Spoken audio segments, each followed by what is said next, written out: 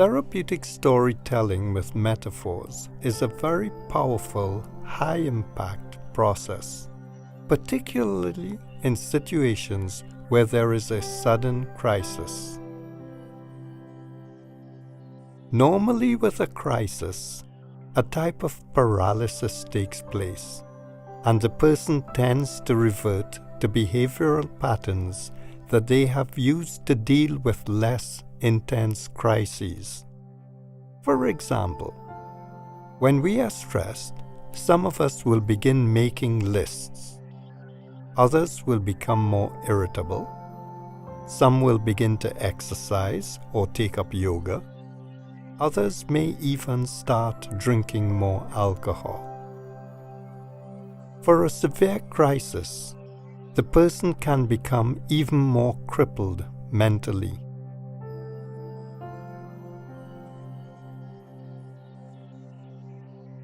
It is as if we are in a box with thick emotional walls, and when we try to break through, we simply bounce back into the crisis in the box. We may find those who try to give us advice or reassurance only annoying us even more. This is because we are stuck in our limiting beliefs, and any advice is not necessarily heard. The goal in a high crisis situation is to bypass these strong obstacles and try to get to the unconscious mind. For it is the unconscious mind that recognizes the truth earliest and then influences the conscious mind later on to create change. Some people may start feeling that change almost immediately. Others may find that over the next few days or weeks, that resolutions appear in their dreams or sudden realizations occur. We have programmed ourselves to connect with therapeutic metaphors. Which one of us as a child, when reading a fairy tale, did not imagine ourselves as one of the hero characters?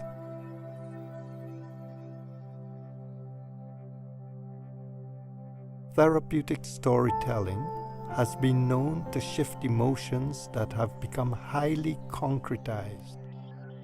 They change the intellectual understanding which is frozen into a gut sense understanding. The stories are a way to put a new perspective on an issue and reframe and change that issue. Most of all, it produces a safe experience for trying out new behaviors and allows the person to come to a new understanding and take ownership of their own resolutions. So keep the catastrophic event facing you in your conscious mind while I tell you my story. The story opens with a young boy about 7 years of age kneeling at the bedside of his grandfather. He has come home and discovered his grandfather lying dead in bed. This young boy, Adam, was being looked after by grandfather Shimon because Adam's parents had died when he was young. So the only person that Adam had that was close to him was his dear grandfather Shimon. As Adam leaned against the bed and rested his head against the forearm of his grandfather, he began to cry and he began to feel hopeless. People came in and they tried to reassure him that things would be fine, but somehow it didn't make any sense or impact him in any way. Because without grandfather Shimon, Adam was not sure where he would be taken to live An orphanage? With friends? All these things were confusing him. As he leaned against the bed and rested his head on Grandpa's arm, he replayed the memory of the story that Grandpa Shimon once told him. When Grandpa Shimon was a small boy, they were living in a village in Germany, and they were having supper one night when they heard noises outside the door and loud bangings. Almost on an impulse, his father put his arms around his shoulders and shoved him under the dinner table. As soon as he fell under the table, the front door broke open and German soldiers came in, shouting and screaming and grabbing the family. All Shimon could see were the shoes of the German soldiers and the bare feet of his brother and sister, and the shuffling of his grandfather, and the movements of his father and mother as they were pushed and shoved. He was terrified. His heart was beating so loudly that he felt that he would be heard. He didn't know whether to climb out from under the table and join his family, or whether he should stay there as father seemed to have instructed. He was sweating. His body was shaking. He was crying. All of a sudden he heard a slap, and his father fell, and he could see his father's face looking at him. He could see the pain in his father's eyes, and then the look that his father gave him, which was strong and a command, a silent command, that he was to survive for this family, that he was not to give up. It was as if he understood without a word being spoken. He saw the feet as everyone left the house, and he heard the armored truck start up and move down the street to the next family and the next family, until gradually the noise became less and less, until he reached a situation where there was utter silence. Still terrified, still afraid, still in shock, he didn't know what to do. Even the silence was frightening. Gradually, he remembered the look in his father's eyes, and he sneaked out through the back door with his threadbare jacket and his cheap shoes, and he sneaked up to the back door of his teacher. He knocked gently and kept knocking until the door opened gradually, and his teacher pulled him into the room. "You cannot stay here. You are in danger. You have to leave," he told Shimon. "I don't know where to go or what to do." In the meantime, the teacher's wife had started making some sandwiches with some meat, and she put it into a little packet and gave it to her husband.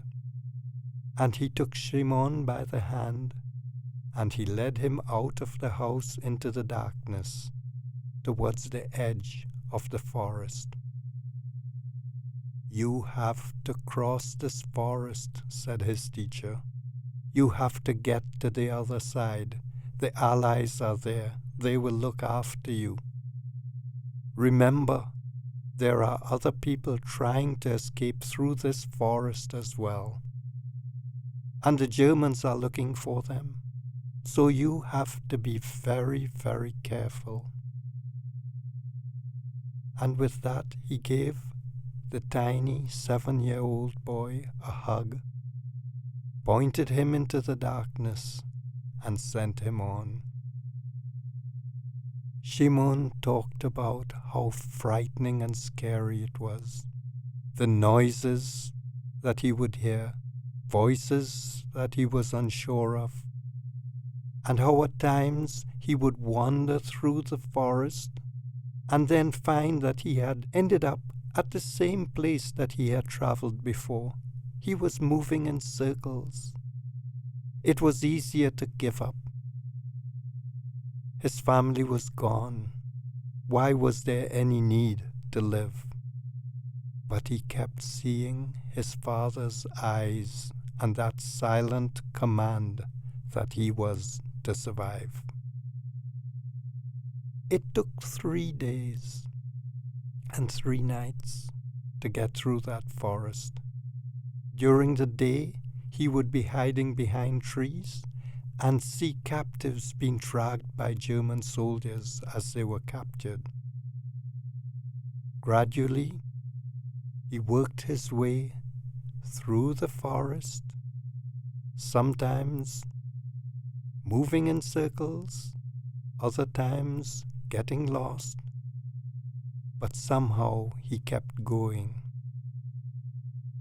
It was on the morning of the 4th day that he heard noises, and looking through the bushes, he saw tanks and flags that were not familiar, and soldiers who were speaking a language that he didn't understand.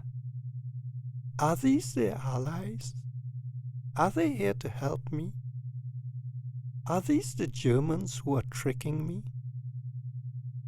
What should I do? At that time, he was feeling faint, and he felt as if he would pass out. Gradually, summing up his courage, he walked out of the bushes into the open space where these tanks were. A young soldier saw him and started coming towards him. He did not know whether to be happy, feel safe, or to be terrified. As the soldier clutched the 7-year-old fragile boy in his arms, he fainted. And when he woke, he was in a hospital and being fed. Little Adam was recounting this story, and he was saying in his mind, "Grandpa Shimon, I could never be as brave as you. I could never do this. I would fail." And he kept repeating that. Gradually, he became more and more tired, and he fell asleep with his head resting upon his grandpa's arm. And then he had a dream. He saw Grandpa Shimon standing in a huge room with him on the other side, and taking up almost the entire room was a huge sphere. One half of it was black and dark, and the other half was bright and filled with light. "You have to enter through the black door," said Grandpa Shimon, "and find your way through the light door." "But I am afraid, Grandpa." "No, Adam, you're not afraid. You have to do it." So in the dream, young Adam enters through the black door, and immediately he is surrounded by darkness. He hears sounds. He feels figures rubbing against him. He becomes terrified. He's afraid to go on. I'm afraid to go on, Grandpa, he said. I am filled with fear. I am not as strong as you. I can't do this. Yes, you can, said Grandpa Shimon. You are no different from me. I was afraid as well. But you have to do this. Because if you do not do this, you are creating yourself as a victim. Remember, my dear son Adam, that a victim needs an oppressor. A victim cannot be a victim by himself. So that if you want to remain as a victim, you have to create an oppressor, whether it is fear or something else, that will help you to remain a victim. So you have to decide. It is in your hands. Which hand would you choose? The victim or the person who will get up and fight? I will get up and fight, said Adam, but I am scared. That is fine, said Grandpa Shimon. That's your truth. But get up and fight. And so young Adam started going through the darkness. The creepy and crawly figures that rubbed against him would terrify him in the dream. He felt lost.